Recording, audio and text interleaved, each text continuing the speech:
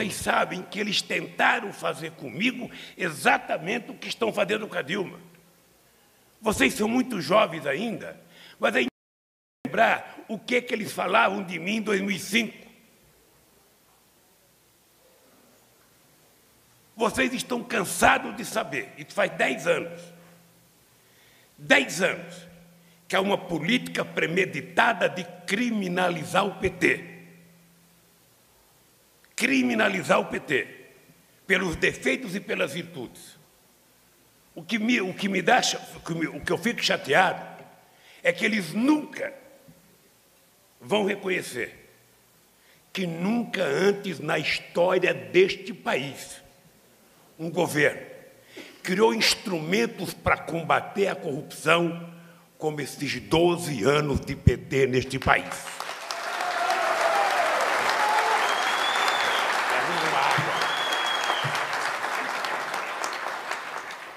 Não precisa perguntarem para mim. Pergunte para qualquer procurador-geral da República. Pergunte para qualquer diretor da Polícia Federal. Pergunte para qualquer controlador da República, para qualquer funcionário, se houve algum momento na história em que se criou tantos instrumentos de investigação, se investiu tanto na contratação de policiais e se investiu tanto na inteligência como nós. E por que nós começamos a fazer isso? Porque eu aprendi uma lição de vida com a minha mainha. Paulão, com a minha mainha, que nasceu analfabeta e morreu analfabeta. Eu aprendi uma lição com ela. Ser honesto não é virtude, é obrigação. A gente não aprende na escola, a gente aprende no berço.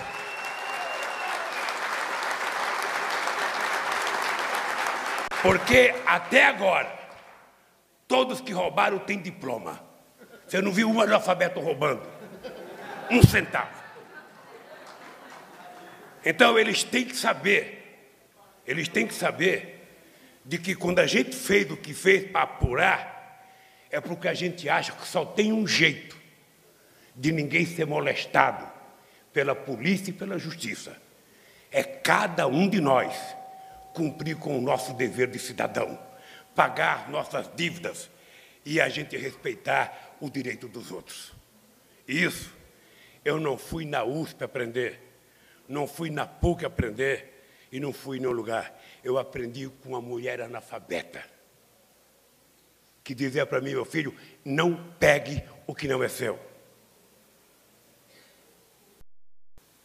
Ela criou, assim, 8 filhos. E o que está acontecendo hoje, eu estou lembrando disso, Feijó, porque eu tenho uma carta aqui do dia 31 de agosto de 2005, há 10 anos atrás. Eu nem sei onde muitos de vocês estavam, mas há 10 anos atrás, eles começaram a tentar fazer comigo exatamente o que estão fazendo agora.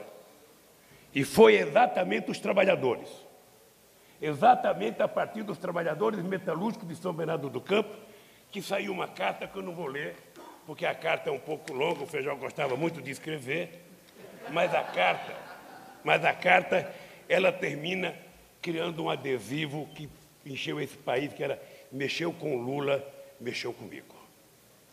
E esses trabalhadores foram ao Palácio do Planalto. Eu não esqueço nunca. Fizemos uma reunião com todo o movimento social. E eu ouvi desaforo. Ouvi muito desaforo. Ouvi a peãozada falar comigo: ó, você foi eleito para discutir com a gente o que fazer nesse país. E você vai ter a nossa garantia. Você vai ter, ninguém vai mexer com você, porque a classe trabalhadora não vai deixar. Foi isso que deixou eles com medo. Eles já estavam até falando de impeachment. Aí eu falei: pô, bem, então nós vamos para a rua. Nós vamos para a rua e vamos tentar ver, sabe, quem quiser conversar comigo, vai para a rua agora conversar comigo. Eu sei que logo, logo eles baixaram o facho, nós ganhamos em 2006, elegemos a Dilma em 2010 e repetimos ela em 2014. Por que eu estou dizendo essas coisas para vocês? Porque a história do Brasil é cheia de acontecimentos esquisitos. A coisa que eles querem fazer é tentar desmoralizar o oponente. Ah, tem muita corrupção na Petrobras. Certamente deve ter. Porque a Petrobras, ela mexe com 300 bilhões de reais por mês que ela arrecada e que faz. Deve ter. Ah, mas tem muita corrupção nas eleições. Deve ter. Agora a pergunta que eu faço é o seguinte: quem é que pega dinheiro de pobre para fazer campanha? Quem é que dá dinheiro para a campanha nesse país? As mesmas empresas que dão para um partido de 2 deputados, dão para um partido de 100 deputados. A pergunta que eu faço é o seguinte: ora, vamos investigar de verdade as finanças de cada partido político para saber quem recebeu de quem? Ou será que o dinheiro do Tucano vier da quermesse? Vocês, por acaso,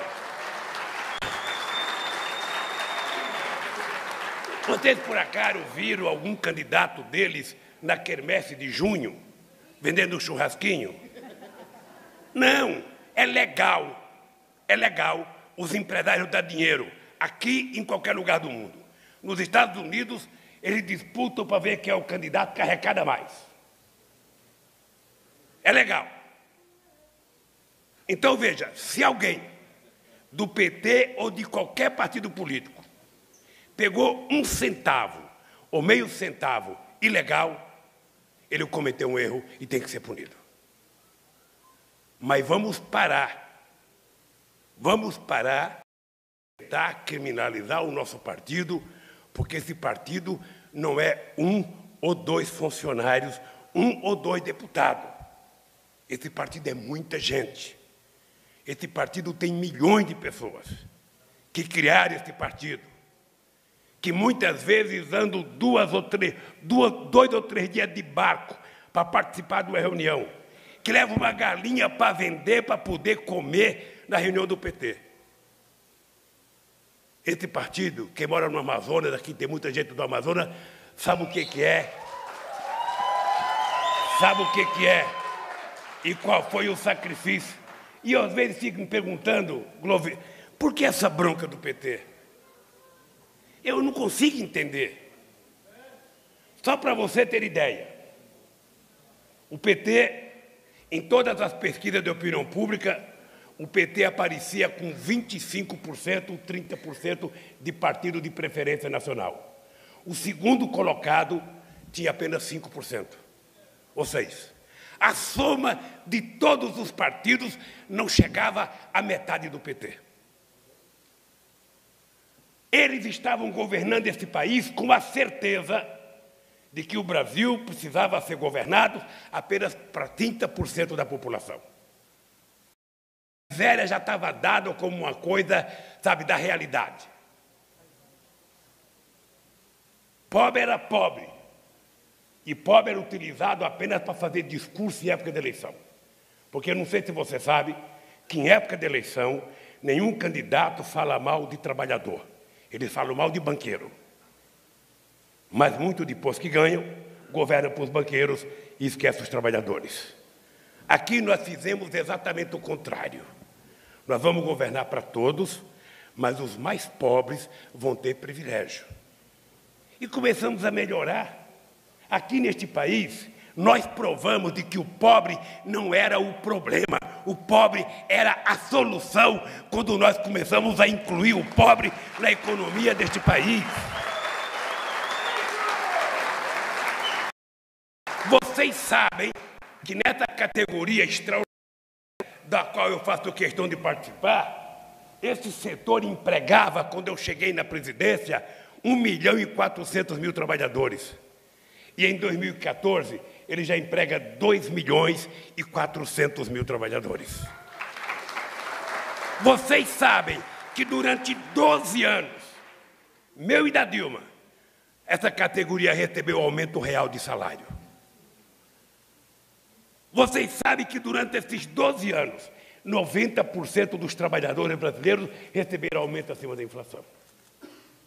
Vocês sabem o que aconteceu neste país. Nem jumento no Nordeste existe mais, agora é motocicleta.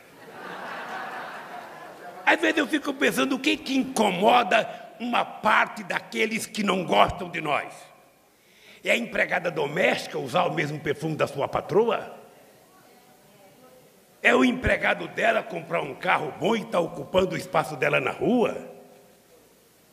É o empregado da madame poder entrar num restaurante e comer no mesmo restaurante que ela? Será que é o pobre andar de avião, ir para Miami comprar as coisas e para sua terrinha de volta de avião? É isso que incomoda? É o dinheiro que a gente deu para ajudar a agricultura familiar neste país?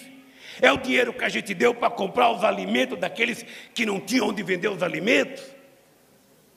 É a gente criar o ProUni para colocar filho de pobre e de negro na universidade nesse país?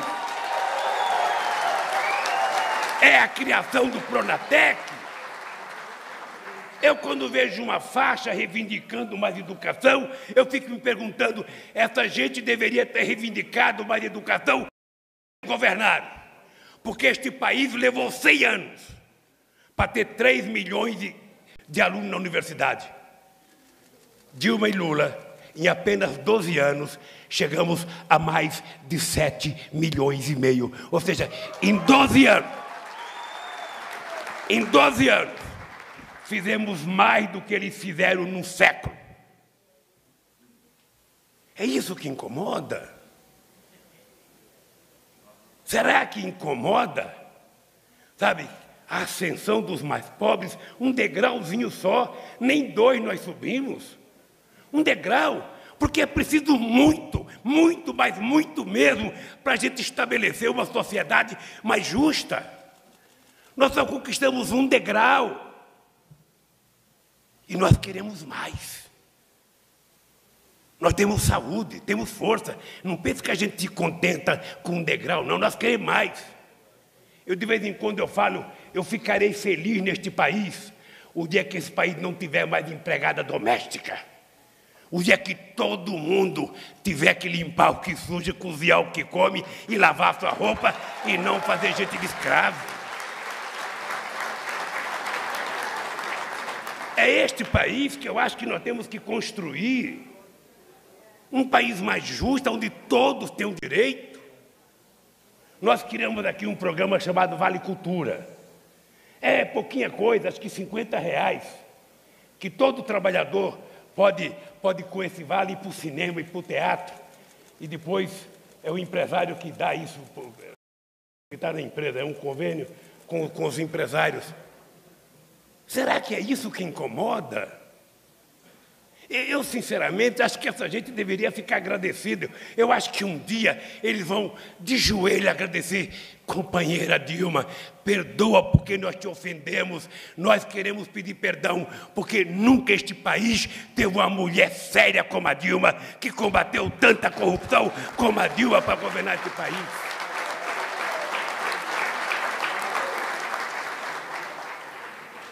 Eu sou um amante da democracia. Eu acho que eu só cheguei aonde eu cheguei por causa da democracia. Eu não tive o direito de estudar.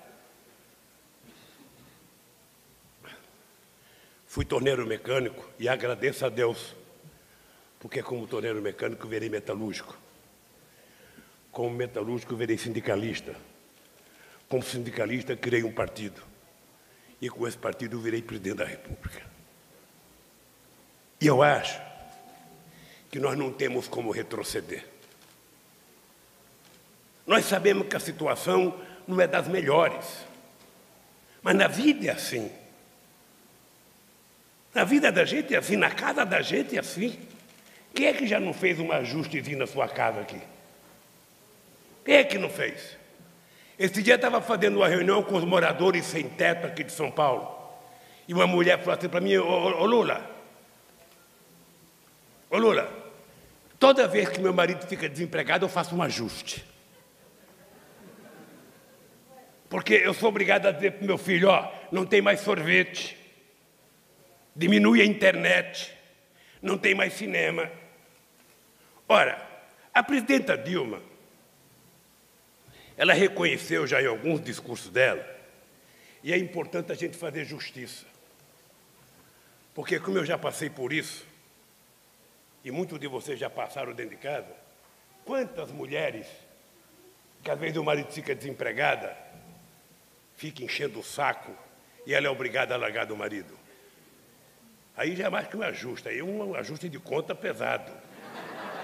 Mas tem gente que não sabe viver em adversidade, ô Wagner. Tem gente que não sabe viver em adversidade, tem gente que nasceu para não viver assim. A Dilma não. A Dilma aprendeu a viver em adversidade. Porque aquela mulher com 20 anos estava tomando choque, estava sendo torturada. Naquele tempo não era delação premiada, não. Era choque. E não vou nem dizer que tipo de choque e onde era o choque. Mas era coisa, o Paulo Ivanuc sabe, era coisa muito pesada. Pois bem, essa mulher, com muita paciência, ganhou as eleições. Eu acho que nós chegamos à situação que chegamos hoje, Wagner, eu acho que porque nós cometemos um pequeno erro, que foi garantir o emprego. Não vamos nos esquecer, companheiros e companheiras, não vamos nos esquecer que em dezembro do ano passado, a gente fechou o ano com 4,8% de desemprego, ou 4,53%, se me falha a memória. É o menor desemprego da história deste país. Eu só via isso na Dinamarca, eu só via isso na Suécia, eu só via isso nas Europa, não via nem nos Estados Unidos. 4,5% de desemprego é emprego, é pleno emprego. E em nenhum momento nós abrimos mão de continuar aumentando o salário mínimo. Em nenhum momento nós abrimos mão de manter os benefícios dos trabalhadores. Agora, chega uma hora que, quando a gente vai fazer a conta, por exemplo, a companheira Dilma deu um azar imenso. A gente já se esqueceu que ela reduziu a energia há uns 3 anos atrás. A gente já se esqueceu. Mas quando ela tomou a de reduzir a energia, que reduziu 38% e 20% para o uso de casa e 38% para os empresários, o que a Dilma queria? Fazer com que as empresas gerassem mais emprego. Porque as empresas diziam que a energia tirava a competitividade dela. Pois bem, acontece que nós fomos pegos de surpresa, sabe? Por uma coisa que a gente não comanda. Eu sou de uma região em que a gente reza todo ano. Até o dia 19 de março, a gente só rezava no Nordeste para chover. E nem sempre o São Pedro atendia. Depois que logo que a Dilma reduziu a energia, faltou água. É a maior seca de muitos e muitos anos. Faltou água, teve que ligar as termoelétricas. Ligou a termoelétrica, aumentou o preço da energia. Como o governo não produz dinheiro, alguém tem que pagar. E quem tem que pagar é o consumidor. E eu sei que nós tivemos muita notícia ruim, ô Feijó. A inflação, sabe, está acima da meta. E a Dilma sabe disso. E ela se preocupa de trazer a inflação para dentro da meta, porque um governante como a Dilma tem consciência que a inflação só prejudica o trabalhador. Nós sabemos, companheiros, e fomos nós que criamos alguns benefícios, que quando tem algum exagero a gente tem que corrigir. Mas a gente não pode. A gente não vai construir uma nação se a gente continuar com esse grau de pessimismo que está nesse país. Eu, sinceramente, nunca vi na minha vida tanto pessimismo. Nunca vi. E eu aprendi a não ser pessimista. Eu, às vezes, ficava na minha casa de domingo, na Vila São José, na rua Padre Mororó, lá em São Caetano, de domingo, chovendo, e eu sabia que a água ia entrar dentro de casa, porque entrava 1,5 metro de água dentro da minha casa. Minha mãe em pé na beira de um fogão, sem ter um bocado de feijão para colocar no fogo. E ela falava, amanhã vai ter. Eu nunca vi aquela mulher se desesperar com situação difícil. Ora, por que aqui no Brasil a gente se desespera com tanta facilidade? Porque nós temos um inimigo oculto, que é bem visível, chamado uma parte da gloriosa imprensa brasileira. Eu não sei se no mundo é assim, eu não sei se nos Estados Unidos a imprensa gosta de dar notícia negativa. Mas aqui, meu filho, se não tiver desgraça, não sai. Quanto mais de graça, melhor. E eu vou lhe dar uma coisa. Tem poucos países do mundo, e vou dizer aqui agora, como companheiro que já está sentado na cadeira dela. Tem poucos países do mundo que têm a perspectiva de recuperação e crescimento econômico como o Brasil. Poucos. Nesses 4 anos, de 2009 até 2014, o mundo rico desempregou 62 milhões de empregos. 62 milhões de postos de serviço foram fechados. Na Espanha, na Itália, na Alemanha, na Grécia, nos Estados Unidos. Neste país, nesses 4 anos, foram criados 11 milhões de postos de trabalho. 11 milhões!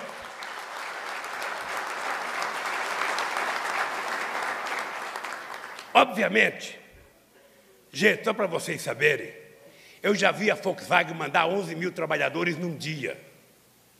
Eu já vi a Mercedes mandar 5 mil, está lembrado, Feijó? Aquele baixinho foi mandado embora da Ford, porque a Ford mandou um monte de gente embora, a gente quebrou o portão da Ford, porque naquele tempo a gente quebrava o carro, sabe? Ele foi mandado embora, depois conquistamos o direito dele de trabalhar nunca mais, mas vim para a CUT e para o sindicato. Mas o dado concreto é que nós sabemos que algumas empresas estão em situação e alguns setores estão mais difíceis. E agora é hora da gente perceber o seguinte, a gente, se precisar, vai ter mais um pouco de sufoco. O que eu posso olhar na cara de vocês... Hoje eu vi uma manchete na Folha de São Paulo que dizia o seguinte: queda de Dilma prejudica a imagem de Lula. Você viu na Folha hoje? Certamente, a pessoa que fez aquela manchete, que escreveu aquilo, ficou imaginando, bom, agora que a Dilma caiu na pesquisa, o Lula vai começar a brigar com ela e vai largar ela. Contar uma coisa para vocês. A Dilma faz parte de um projeto. A Dilma é uma pessoa, como eu sou uma pessoa, como vocês individualmente são uma pessoa. Nós fazemos parte de um projeto. Se esse projeto não der certo para a Dilma, não vai dar certo é para nós. Então, se alguém pensa que eu vou... agora não vou nem tirar fotografia com a Dilma, porque ela não está bem na pesquisa, nem mais em Brasília conversa com a Dilma, se engana. Agora, companheira Dilma, eu queria te dizer uma coisa. Se tem gente que vai para a rua para te defender e ajudar a sair dessa enrascada que nós estamos, é essa gente aqui, ó. Essa gente aqui.